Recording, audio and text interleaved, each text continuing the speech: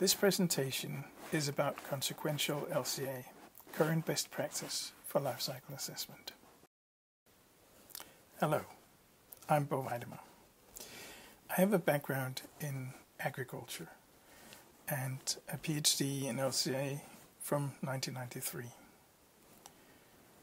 Since then I've been working as a consultant on LCA, and I also took part in the standardization work on LCA since 1993.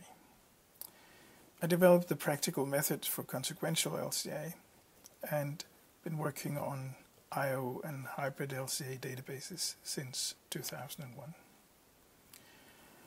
I also took part and led the EcoInvent version 3 development, and I'm a professor at Aalborg University.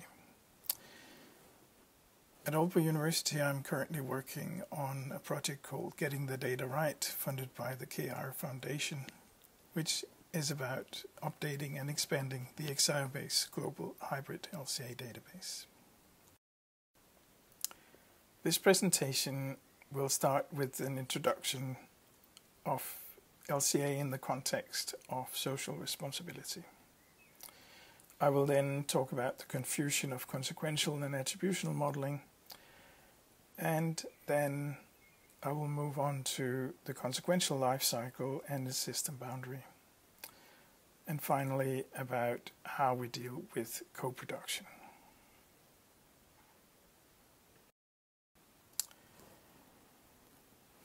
LCA is regulated in the ISO 14000 series on environmental management systems, particularly the ISO 14044.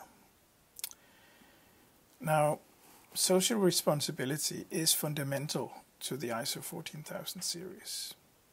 The idea that actors should be responsible for consequences or the impacts of their production or consumption activities.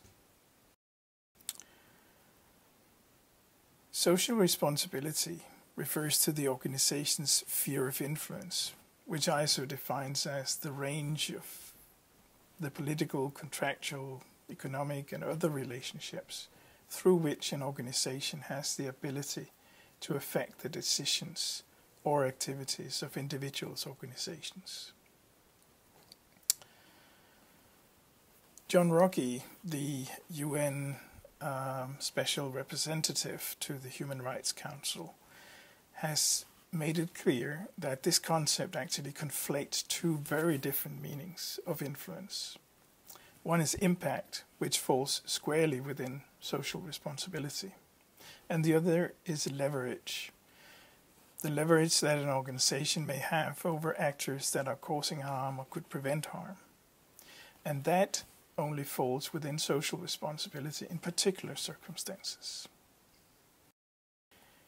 Now that division between impacts and leverage can also be transferred to the different kind of system types that we want to analyze that represent three different responsibility paradigms. On the left you see the consequential responsibility, the responsibility for impacts, where we are modeling the consequential product life cycle as a system of activities that are expected to change as a consequence of a change in demand for a product. And that may not always be the same processes as those that are linked in a value chain or a supply chain, which has a more average or specific physical relationship of the product supply chain or value chain.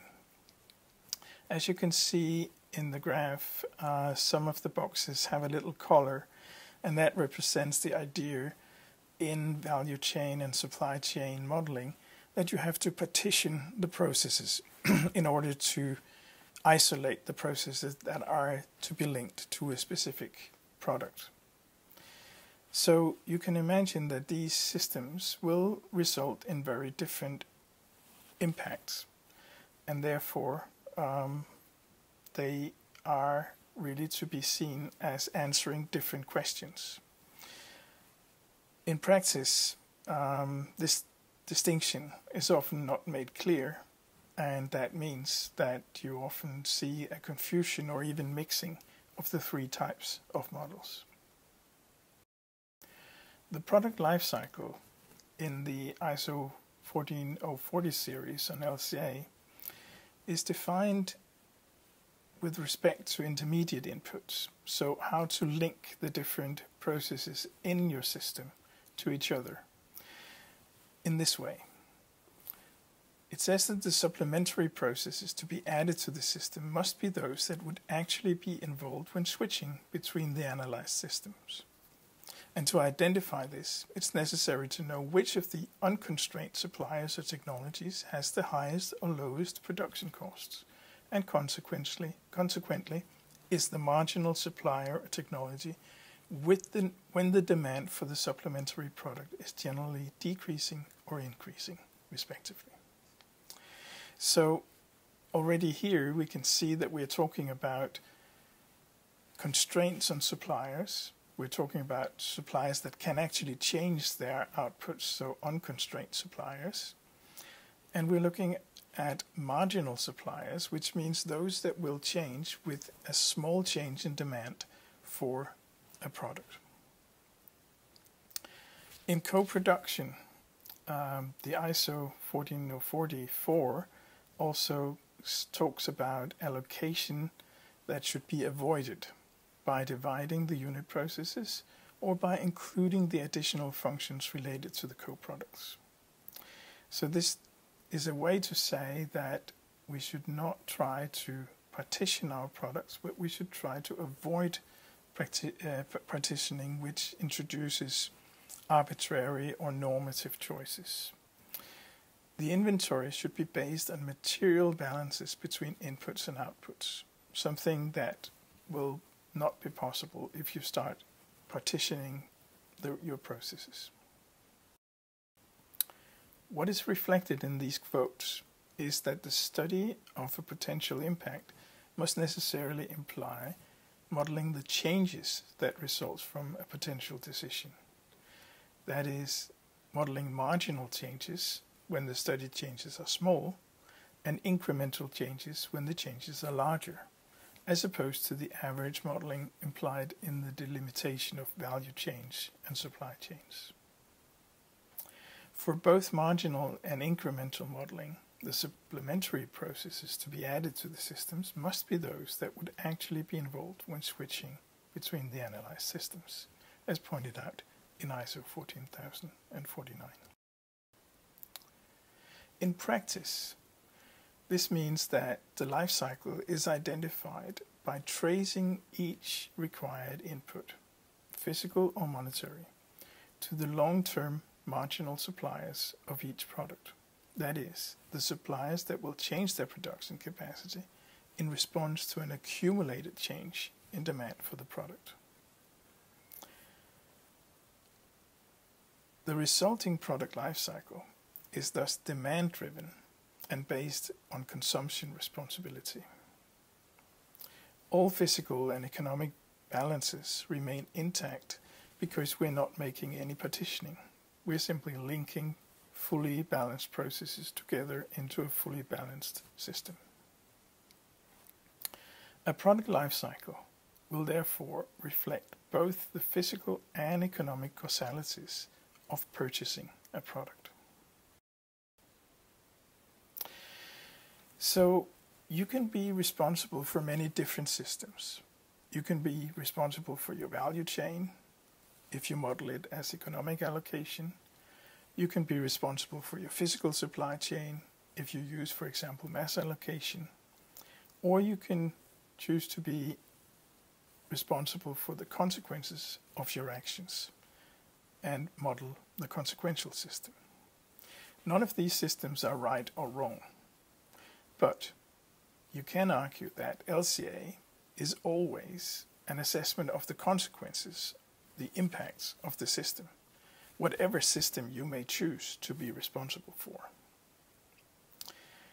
So it's not really consistent to take responsibility for the consequences of actions of others in your value chain or supply chain, and not to take the responsibility for the consequences of your own actions. that you model in the consequential system. Thus, to be consistent, the system that we take responsibility for must always be the consequential product system, but may additionally include consequences of other activities in the value chains or supply chains.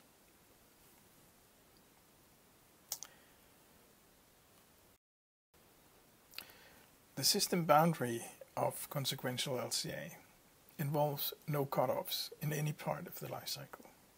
All consequences of co-production are included. Nothing is allocated away. Price rebounds effects are included when comparing products with different prices. Geographically, the system is global, and there are no general cutoff criteria applied. For example, we're not excluding capital goods, indirect land use changes, or any particular percentage of inputs. In practice, in order to have such a complete system, you will need to apply hybrid or input-output based LCA databases. Temporally, the system traces consequences forward in time.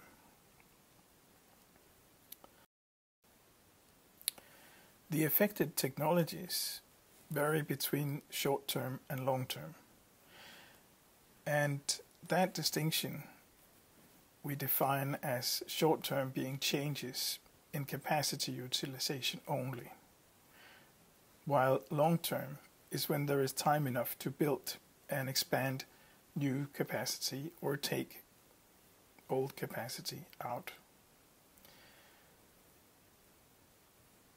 An example of short-term is the hourly changes in peak or baseload impacts per kilowatt hour of current electricity consumption, where there is no time to build new capacity. While an example of long-term is the impacts from the technology of the next power plant being built to satisfy the accumulated changes in peak or baseload demand. Another example of short-term is the increase in demand for an annual crop.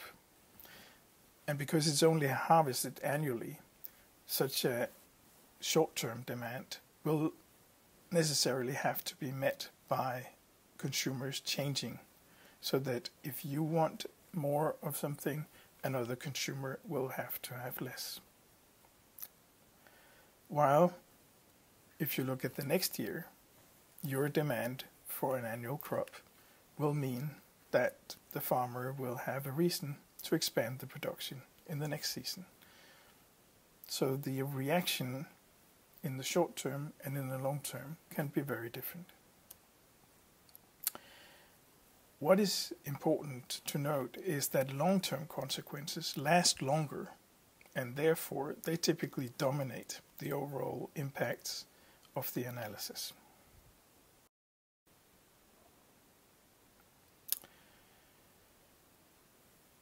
Another thing that's important to notice is that consequences always go forwards in time. If we look at a specific vehicle, we can say that the use of that vehicle and the purchase of that, we place that at a certain point in time, and it runs until the end of that vehicle lifetime. In an attributional setting, you would think about having the vehicle produced before it's used, because that's the natural way of thinking, that you cannot drive in a vehicle before it has been produced. You cannot have fuels before it has produced. And maybe it's infrastructure that has to be in place before you even start thinking of buying a car. But if we're looking at the consequential way of modeling, we're only looking at things that are forward in time from the point where you are making your decision to buy the vehicle. So the purchase of the vehicle induces the need for vehicle production, for more vehicles to be produced to replace the one that you just bought. And the same with the fuel, that it's your demand for fuel that induces more production of fuel in the future. Same with infrastructure, that it's because of your use of the current infrastructure that more infrastructure will be needed, either as maintenance or expansion. And of course the impacts also only happen forwards in time. An example of this is the way we model indirect land use change in consequential modeling. We treat indirect land use change just like any other infrastructure input. What the capacity of a steel factory is to steel production, the biomass production capacity of land is to agriculture. So ILUC is simply the required supply of biomass production capacity, measured in productivity weighted area time. Historical changes are irrelevant, as in, for example, amortization of past land use, as you see in many ILUC models. Instead, we model the changes that are induced by the current annual demand for productive land. And we distinguish different markets, arable land markets, forest markets, and rangeland markets, to mention some of the most important ones. An increasing trend on the market for arable land is met both by intensification of land already in use, and this is mainly caused by increasing fertilizer use. And this other main part is the transformation of land. Now, land transformation effects of land occupation, we model that with a baseline of the current trend in forest cover. So we have currently a general deforestation trend. And what happens when you then demand more land? It means that we will now deforest a little bit quicker than we would have else. And once you stop demanding that land, you can liberate it to some other application, some other life cycle that can then use that land. So you basically just occupy land for a year, and the consequences is that you move the deforestation 1 year towards the current time. So you prepone the deforestation for the duration of your occupation.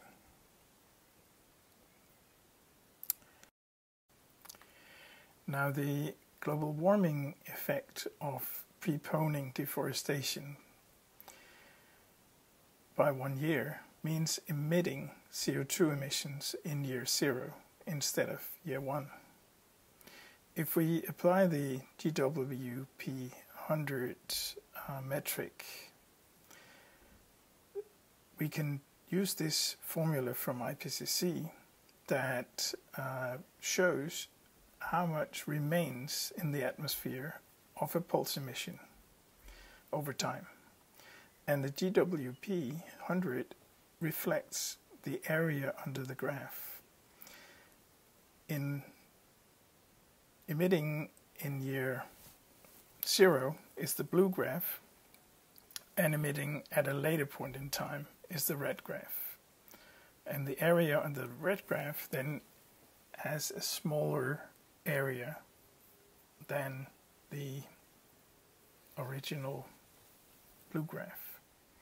So we can see the difference between the two areas as the GWP 100 difference, and that amounts to 0.00783 kilograms per year that you're replacing or rather specifically when you're replacing, when you're going from year 1 to year 0, so you're preponing the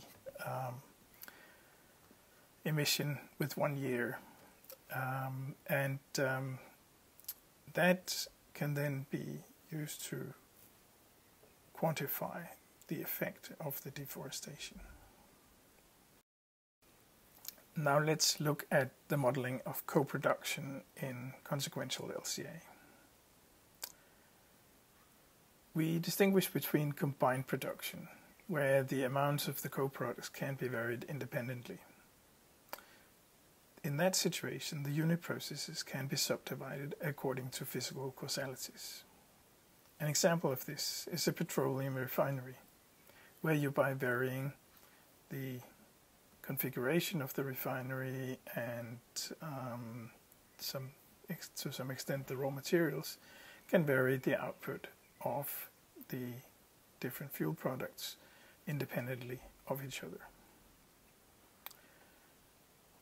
The other situation is that of joint production, where the amounts of co-products cannot be varied independently. That is, the proportions are fixed. An example of that is soy meal and oil, where the proportions of these substances in the raw material determine how much can be present in the outputs. Here we apply a two-step procedure, the first of which is to identify the determining product. The determining product is the one for which the trend in demand provides a constraint on the ability of the unit process to change its capacity.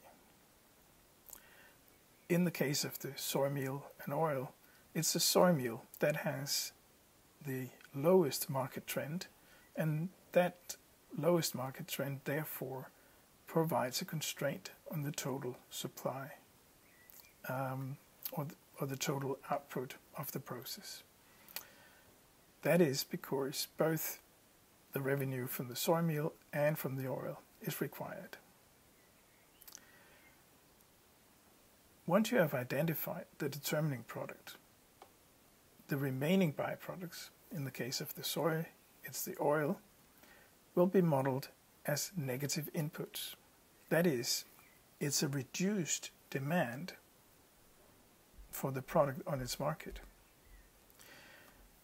And in the case of the oil, when you produce more soy oil than is demanded, the rest will be placed on the generic oil market, where it will replace palm oil, which is the marginal oil on the generic oil market. In the situation where the byproduct is produced in excess of the demand, that means that there will be too much, and part of that will go to waste treatment. That happens in situations where you have a product that has a low revenue, or what you could call a near to waste. Then it goes to a market for waste treatment, increasing the waste treatment of that product. Now let's end by seeing how consequential LCA reflects both physical and economic causalities at the same time. So we'll look at the issues that are included in consequential models, but not in attributional. First, we'll say that the production will include the full upstream that is able to change its output.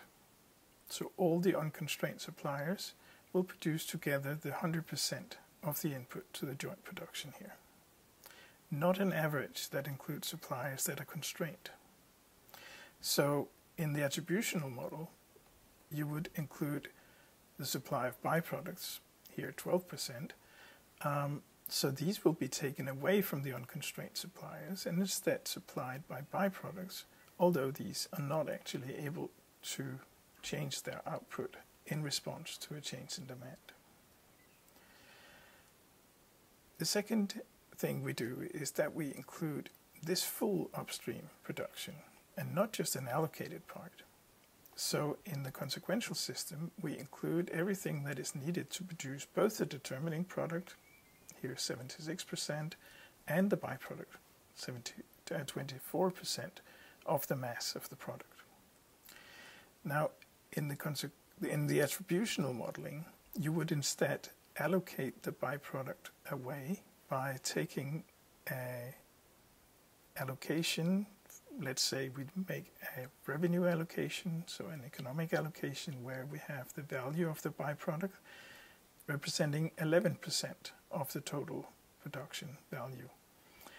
Now, by doing that, you can see that we don't have the same percentage of mass and revenue, and therefore we will have a resulting system that is not mass balanced when we do the revenue allocation. And finally, what we do instead in the consequential modeling is that we model the reduction in upstream production that are displaced by the byproducts. So we include the byproduct not on the output side, but on the input side, but with a minus sign. So with a negative flow of byproducts demand. So we're demanding less of the byproduct from the generic market. And that means that we're substituting something else on that generic market. This happens after the treatment, so we're demanding the treatment in order, just like a waste treatment, in order to produce a usable byproduct that can displace something else on the market. So altogether, this will also not be included in an attributional LCA. And all the gray things here will then be parts of the consequential system that you would not include in an attributional system. So the attributional system is quite amputated, you could say, compared to the consequential system. Thank you for your attention.